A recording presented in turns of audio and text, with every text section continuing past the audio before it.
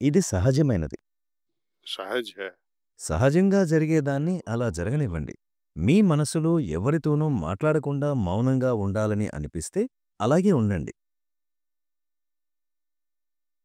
మీ తల్లిదండ్రులు, తోబుట్టువులు తప్ప మిగతా వారందరూ మీ ప్రవర్తనతో కలత చెందుతారు.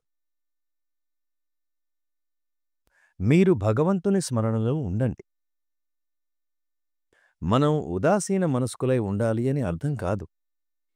उदासीन रहे और एक तरह की मौन हो जाए।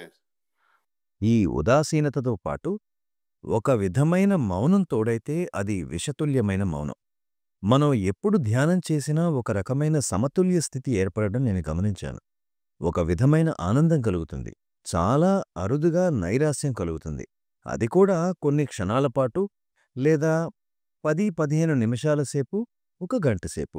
ఈ నైరాస్యం ఉండవచ్చు. కానీ మిగతా సమయమంతా ఎగసే అపరిమిత ఆనంద సంతోషాలతో ఉంటాం. ఇది నా స్వానుభవం. ఇక మీ అనుభవం విషయానికి వస్తే, ఈ ఉదాసీనత నుంచి మీరు త్వరగా బయటపడండి.